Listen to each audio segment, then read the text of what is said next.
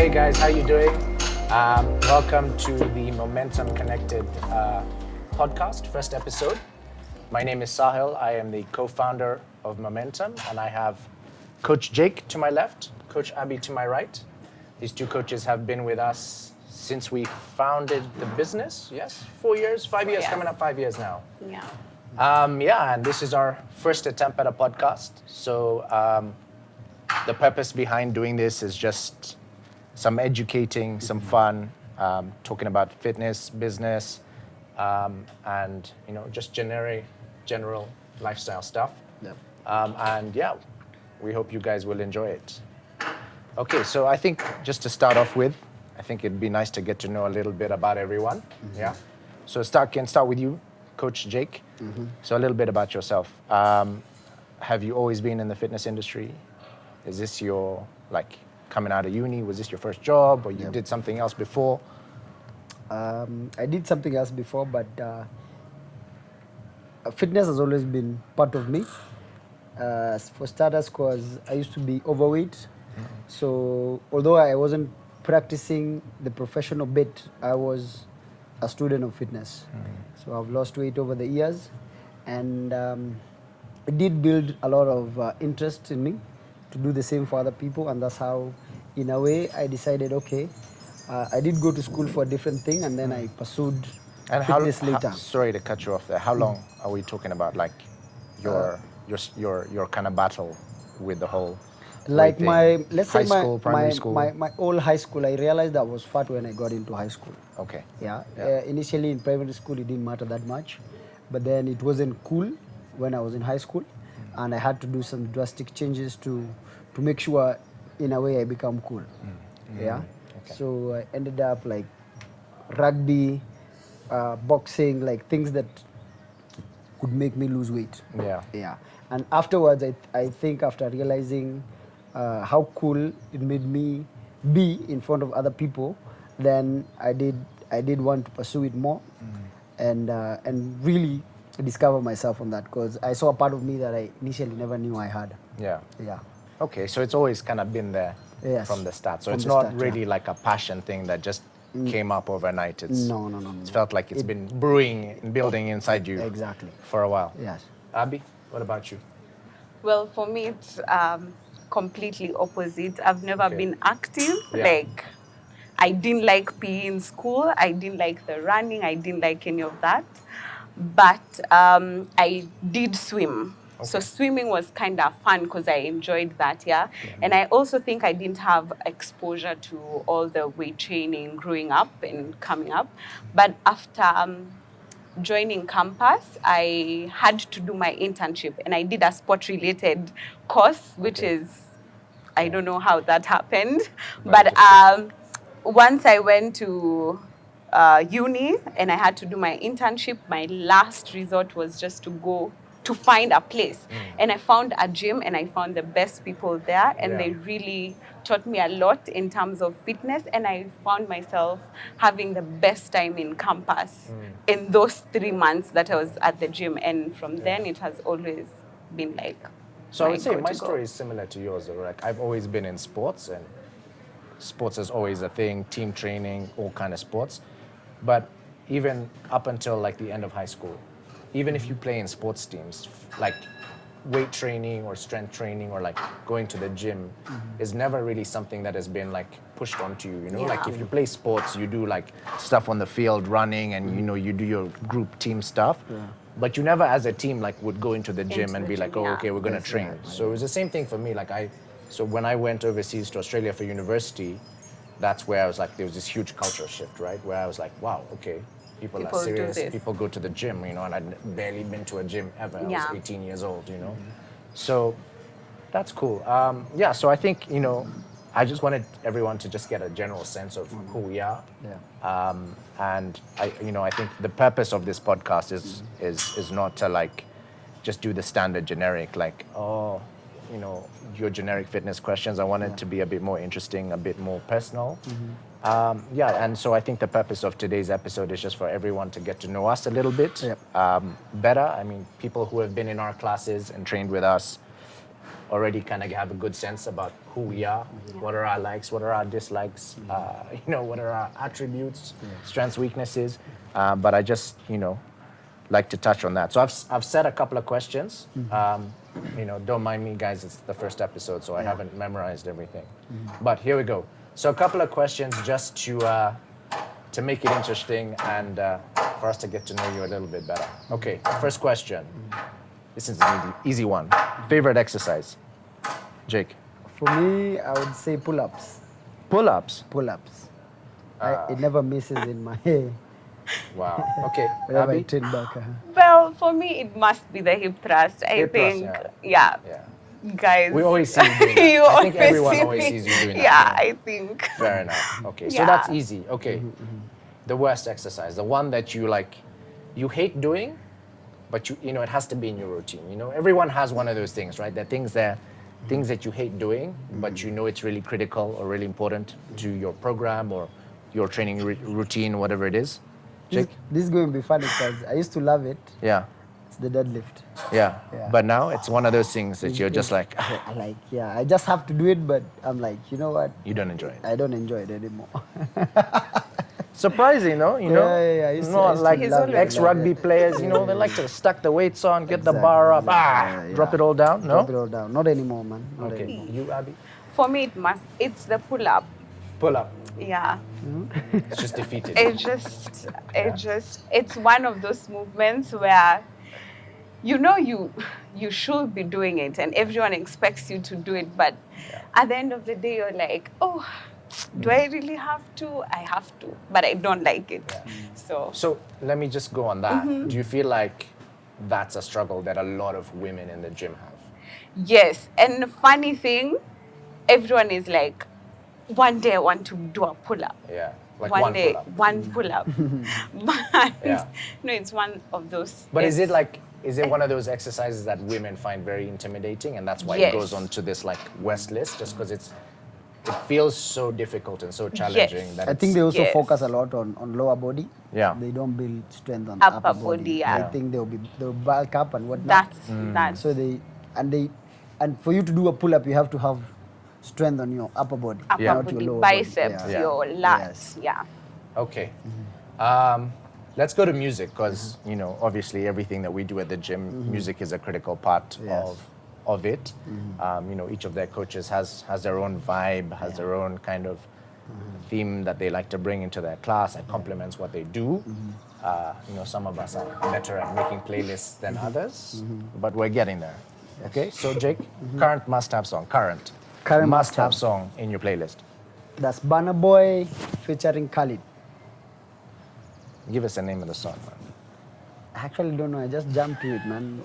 I know Okay. the artist, So we gotta Google like, that one. yeah. Burna Boy featuring Khalid. Jake Yeah, doesn't know featuring the Khalid. actual name of the song, but if you follow us on Spotify, it's probably on our page in Yeah. one of Jake's playlists. So Yeah. check it out. Abby, For me, it's Bandana by Asake and Fireboy. yeah. It's So really I good. heard that song the first time. I think 2 weekends ago.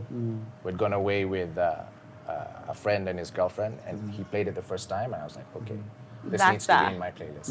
Yeah. Yes, and I think after that, I've had it in like 2 of your playlists. Yeah, it's there. Yeah. It's there. It's It's one of those ones that it has to be there, Yeah. But again, like with a song like that, it's a challenge on how you integrate that into the Yeah. playlist, right? Yeah. Because it's It's not- it has vibes, but it's not like maybe the tempo is Tempo, high yeah. enough if people are trying to do like burpees Yeah. or tuck jumps or whatever Yeah. it is. But yeah, okay.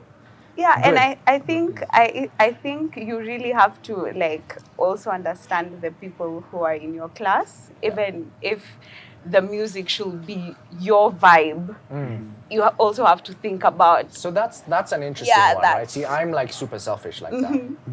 I'll like play music that I want, that psych you up, motivates yeah, me, Yeah. which in To turn do the leads class. me motivating the people in my people, class, yes. right? I think I do the same thing as well. Yeah, Like, but I make it, let's say, for myself, because I know the kind of structure I have in my classes. So I'm like, okay, by this time I need this song to be playing so that I go around psyching guys up, So I do it for me. I actually don't do it for the clients per se. I just Yeah. know like, okay, they will use this bit because half the time, when you're lifting, it's very hard to like focus on the Yeah. on the words of of a song. You just need the beat, Yeah, that's true. And like in terms of like the progress from when we started, right? I remember when we started, and I was like, I remember trying to reiterate, right? Like, guys, music. I know I was probably like a broken record player. Like, guys, please don't just go. And I mean, we started. I was like, okay, here's Spotify. This is what you need to do. Build your playlists, and I think for the first maybe year, people were still just search gym music, press play. Please. Yeah. And I guess another, like going back to the playlist, right? We have certain clients obviously at the gym who do multiple classes. So how do we deal with that? How do we deal with like, I mean, for example, I might have people who come to my class who also do Jake's class, right? Then it now becomes like some level of competition, right? Guys like, Jake has better music. That's not always a nice feeling, And in your mind, you might be like, no, he doesn't, But if the client's telling you, yeah, he does, you're kind of like, shit, Yeah. How do you deal with that? I think for me, because it's opposite to you guys, I tend to be more like, they want to listen to this, so we will listen to this. So I've kind of known, unless it's like just glutes where you just need that pump because it's a very slow class. And that's when you're like, okay, now I'm going to play my own music because now I need to be psyched up to psych these people. Exactly. So for me, I just let them, it's just like, today, are we feeling pop? We're going to listen to pop remixes. Are we feeling hip hop? Because, we also have people who are like, hey, we don't like Afrobeat, or we don't like this. So you also have to kind of balance, to everyone. And what is your preference? So like, I know for me, I like to go this up and down, like high tempo, slow, high, low, to be able to try and just give everyone a bit of a balance. But, do you prefer to like start slow and then build the tempo up, so by the time you're getting towards like, let's say the end of your third set, or 25, 35 minutes into the class, you're at this high tempo and everyone's like warmed up, they're ready to go, you're in your third set, like I said, and then after that you just keep that high tempo going? Or I tend to do that personally. I tend to like have to start off slow, and then I pick up all the way. Then if I feel like we're going to end on a low, I just go and select a slower paced music. Then I'll just change it up because there's only one song that I need. Okay. But then, sometimes maybe you started the class and then you started late, but you had started your playlist already. So you don't want to get into a point where you're up here and then it goes down, and then you need to also go back and change the playlist. So I tend to just leave it like on a high, building up. Okay. So that whenever like I'm finishing and I need to, I just go reduce my volume. And I go into a slower music, because then I know what I need to do at what time. Okay. Rather than set it up at 50 seconds after 50 minutes, and then I'm at 52, meaning my playlist is already over. Then you have a problem. You have that awkward moment. I have that awkward moment where guys are like, hey, oops, what's happening here?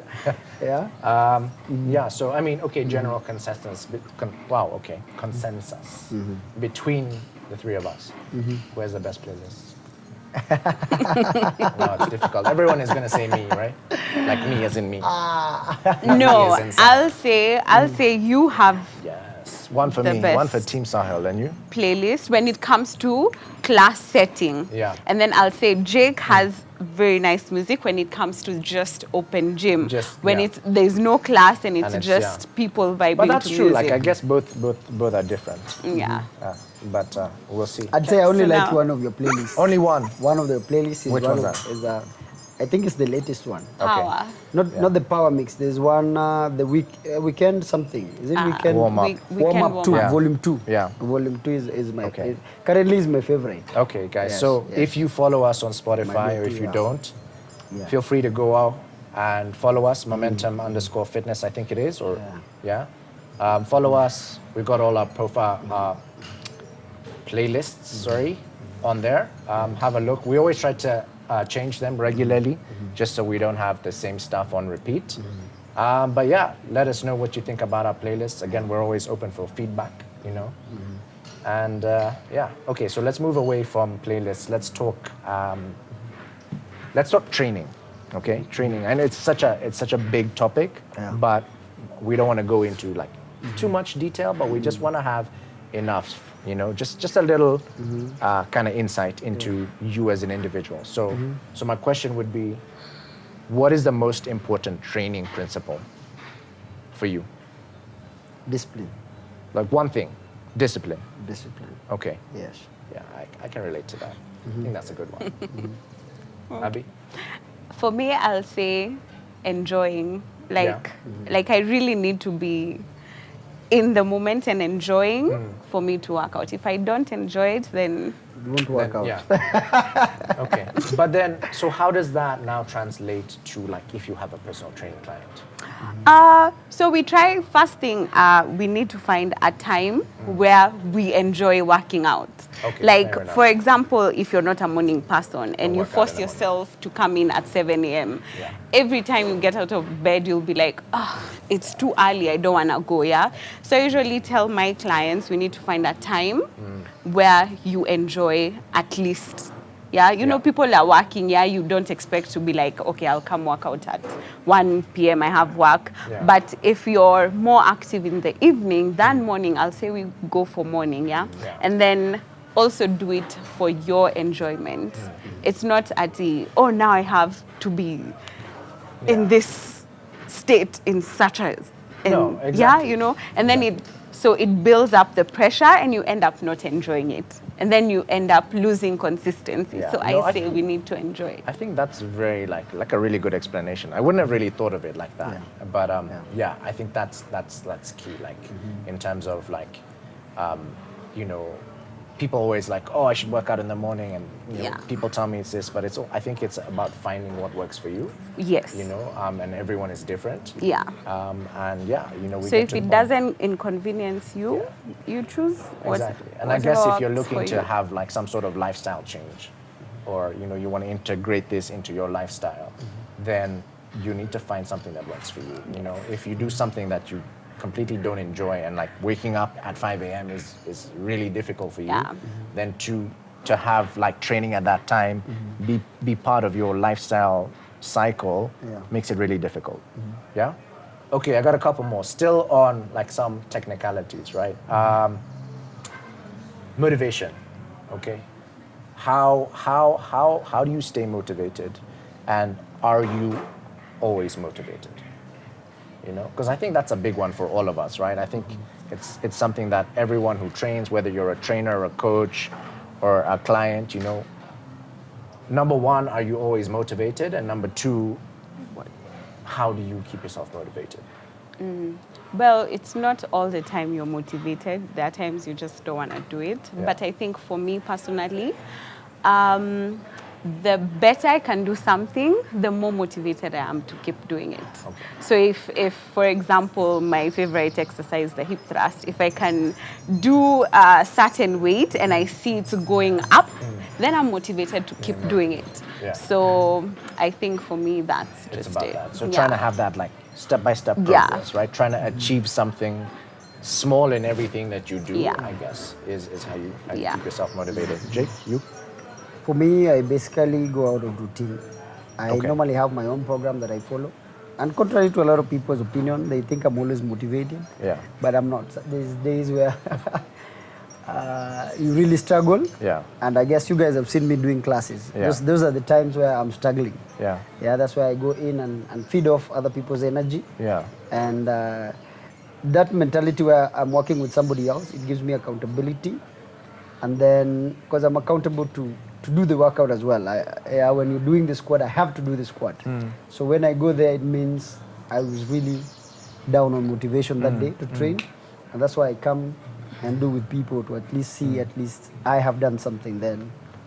Yeah. As we move forward, then I'll go back slowly into my program. Yeah. So I think you touched on a good word there, accountability. Yeah. And I think that's where, like, you know, if we're talking to everyone in general, you're not always going to be motivated. You're going to have difficult times at home, personal stuff, work stuff, family stuff, whatever it is. So not everyone is going to be motivated, despite what we see on social media, which tells us a completely different story. Yeah. You know, everyone's fully motivated all the time, living the dream. But reality is very different, right? Yeah. But I think accountability is a really good one, you know, and having like maybe an accountability partner or a place that makes you accountable or you feel accountable towards the place that you train, for example. Yeah. You know, I think that will always be a good motivating factor because it's like if there is some sort of accountability factor, it will keep you motivated. You know, if you're in a group-based setting and people that you train with regularly haven't seen you for a couple of weeks, you know, there's that accountability to They keep need you to see motivated. you're able to work out as well. Yeah, So exactly. So I think you will- I you think will that push was a you, really yeah. good Yeah. like a really good term to and you know and people should like really think about that. Yeah. Whether it's your partner, like I said, the place that you work out, you need to be in that environment that is going to keep you motivated. Yeah. You know, and I think that comes down again to like people's preference. Certain things work for them, certain things don't work for other people, but you need to find what works for you, Yeah. as we said before. Let's finish off with one last thing. Advice for first-time clients, whether you are someone who is looking to join a gym, start your fitness routine, or if you're looking to be a trainer and take this on as a career path. What is your advice for both parties? For both parties. Yeah. I'll start with the client. Okay. Know what you want and explain it very well to the trainer. Don't tell them, I just want to train. Even if you want to train, there's preference on training. Yeah. You might like boxing, you might like spin, you should say, okay, I'm okay with just doing the warm-up. Yeah. You should tell the trainer, you know, I don't want to do so hard or whatever. Like, feel free, because it's your money, you're paying for the service. So you should be able to be in control of what you get. Yeah, and build towards the program. It's not for the trainer to build your program. I might bring you a program and you don't like it. And then, first of all, you lose psych, you don't even want to see me. You're like, my training is hard and whatnot, because I tend to see like, people relate with me as a very hardcore coach. So they get intimidated that I can't train with Jake, he's too intense. hardcore, he's too intense. No, I'm not. When it comes to personal, I'm not going to be intense with you. I'm going to program it and tailor it according to what you can. If you can only do body weight, then that's what we focus on. Okay. Yeah. So don't be intimidated. Talk to the trainers. If you like the trainer, just go speak to them. Tell them, okay, I have watched what you guys have been doing. Personally, I have invested my own time to check what you put up, and I think I like your training methods and all of that. Okay, so that is one way of first of all knowing giving the trainer the confidence that you've already done your due diligence. Then you also give him a bit of psych to train you. You know, they'll be looking forward to be like, okay. So that is what I will tell the client. Okay. So feel free. That is your investment. That is your body. The trainer cannot feel for you. When you're doing that squat and you're feeling the pain on your knee, it's just you who can feel that. It's not the trainer. They're just doing what they need to do. Squat is always a squat. But they will give you a variation. Don't keep quiet, don't get hard, then don't lose motivation. That's what I would tell you. And for aspiring trainers and for coaches? For an aspiring trainer, what you need to do is know what sort of trainer you want to be. Don't be all over the place. Don't be a boxer, don't be a strength and conditioning, you are still the spin guy. You see, when you do that, you don't give it 100%. You have 20% here, 10% there. Focus on what you love to do. And then you will always enjoy your job. Niche it down a little bit. Niche it down, like I like spin, focus on that. Make sure nobody knows spin more than you. Like you know spin in and out. And then there will be no day you're working, like that is your passion basically. You don't need to think about it, you don't do whatever. So once you know it in and out, then maybe you can add one more thing after you, so you keep on adding like that. But niche it down a bit to what you love as a trainer. I know sometimes we get a bit desperate because of the money you're being paid. Oh, teach me boxing, and you're not even a boxer. You decide, okay, let me hold the meat. It's not that hard, you know. But it's not that. Focus on what the money will come maybe later, but that should not be your goal. Your goal should be like working with people and making impact in their lives. That's true. That's making them impact, keeping them motivated. That should be your goal. then the rest of these other things will just come. Will come into place. Will come into place. Abby? And don't rush the process. We'll finish up with you Yeah. on the same two things. He said pretty much, got everything. yeah. Yeah. But I'll say also for the clients, just start slow. Don't let the space intimidate you, because another thing people don't talk about is how intimidating a gym space can be. Yeah. Absolutely, You yeah. as a beginner, you're coming in and you're seeing all these people doing all these things, and you're like, You don't even know where to start, yeah. Yeah. So don't let the space intimidate you. And then also the fact that for us, we try accommodate for everyone in our classes, because we usually tell them, just come in, do whatever you can, because Take that first step. Yeah, that first step. Yeah. And again, when you start, it's very addictive. You enjoy it, and Absolutely. yeah. And then for coaches, well, he said it, niche down and then put in the work. Yeah. There's a lot of things behind training. It's not just bench press or just not a squat. You need to understand the basics and all that. The moment you have all that, then work is very easy for you. Exactly. Constant learning, I guess. Right? Yeah. We're in an industry where you're never going to know everything. Yes. Things continuously change. Yeah. And you got to be able to put in the work and understand there's more to it than just lifting weights. It's actually Lifting very weights. broad. Yeah. Yeah. All right, guys. So I think we can finish off there for our first episode. I don't know how we did. I guess the people behind the camera will let us know. But so far, thank you for tuning in and listening. Hopefully, we'll have some more interesting topics to come by. More niche topics where we'll just talk about certain things, and if anyone has any kind of things they'd like us to touch on, feel free to let us know. Follow us on Instagram and our Spotify. We've mentioned that. We'll be launching our YouTube channel as well, where we'll be posting kind of the full videos of this. Give us some feedback. Let us know how we did. All right. Thank you. Adios.